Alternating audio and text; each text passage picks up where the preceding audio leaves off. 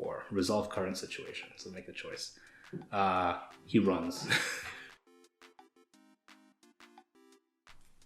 One day, out of the blue, an old friend of mine messaged me, and he says, "Hey, Ken, I was thinking about you because the old crew and I were talking about doing a Dungeons and Dragons campaign, and you might be into it. Are you interested?" And I'm like, good friends, pseudo board games. Of course I'm in. Let's do it. Now, admittedly, the first few times I played D&D, I wasn't so impressed by the game.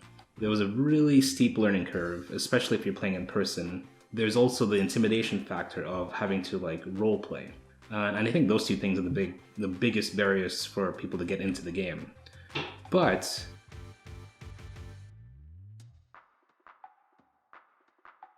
what you'll notice is that, especially if you have a good group of people playing, you only really need a basic understanding of the rules, and everything beyond that, your team and the DM, the dungeon master, the host, will carry you the rest of the way.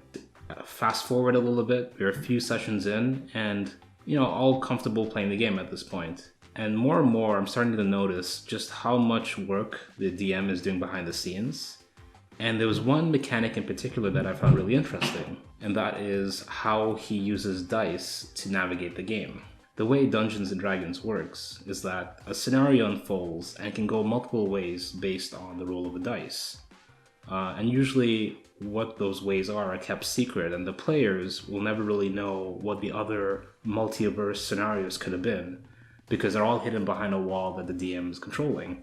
So he'll roll the dice, and then he can reference this sheet of options that he's laid out beforehand, or maybe even on the fly, and it kind of navigates the narrative of the game. Very cool idea. So that got me thinking, what if we use the same dice mechanic to practice storytelling? And all you really need to do is assign different things to talk about to your dice, like a 6-sided dice. So for example, you can talk about some character development, you can talk about a twist in the story, intensifying the problem that's currently happening, or introduce a new problem. You can resolve the current situation, you can describe something more deeply, you can move location, and you just assign those different outcomes to this dice.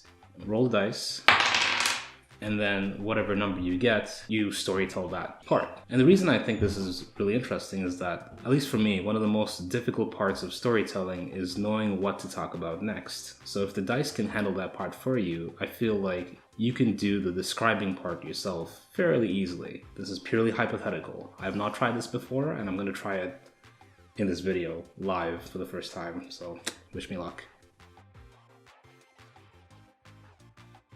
The first thing you need to do is set up a simple scenario. Very basic, bare bones, something like there was a boy named Adam and he had trouble with apples. Vague. Roll the dice. 6, which is move location. So Adam is standing under an apple tree and he does not feel comfortable under that tree, so he moves to find shade elsewhere. He finds this little awning in front of a grocery store. Roll the dice. 1, which is at a problem. And this grocery store was having a special on apples, so they had those big woven baskets of apples on their storefront. So even if he was trying to find shade in the awning, just kind of being nearby all these apples was kind of anxiety-inducing for him. 2, which is story twist. And the story twist. And then suddenly, a pedestrian was walking by him and kind of bumped him, and he fell over and knocked over this woven basket of apples. And they spilled all over the floor in front of the grocery store. He had to make a decision whether he, did the right thing, stuck around and, put it back in the basket and paid for it, or just run, let his anxiety take over him, his fear take over him, and run. 4, resolve current situation. So make the choice. He runs. He's like, no, this is a deeply rooted fear. He has trouble with apples. He books it. He runs away from the grocery store when the clerks come out and they're like, what are you doing? How dare you spill my apples and run? So he's like ducking in and out of pedestrians and traffic and trying to get as far away from the situation as possible. 3, character development. And as he's running, he has, he starts to slow down and, you know, breathe heavily because he like put a lot of energy to it, and he takes a seat and he starts to think about why he had such a strong response to these apples.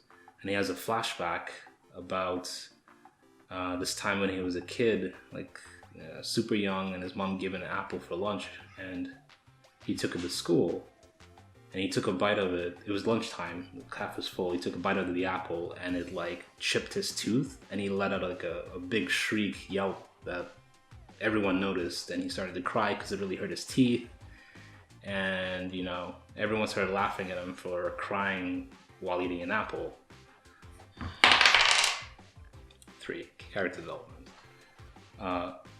So you know, since that moment, he kind of ran up the calf crying. His like tooth was bleeding a little bit. There was a poorly bitten apple just rolled off the calf table onto the floor. And you know, the next day, people bullied him with apples by like offering him apples for lunch or something like that. So he really had a bad association with apples. 2, story twist. So going back to the present time, his traumatic deterrence of apples kind of led him to his career profession, where he became a doctor who kind of put it together that, you know, his patients wouldn't be his patients if they had an apple a day. So it kind of reduced the possibility of him running into apples in his professional career. All right, I think I went far enough for this, but you guys get the point, right? Is it an interesting story? I don't know. That's kind of up to the audience, but like, it definitely felt challenging, but entertaining and fun to just think of something on the fly. And it wasn't as difficult as I thought it would be, because I knew what to talk about next, in a way. So yeah, if you guys want to give it a try, let me know how it goes. If you like this video, make sure to like, subscribe, and do all the notification button clicking stuff, because there's a lot more story to tell. See you later.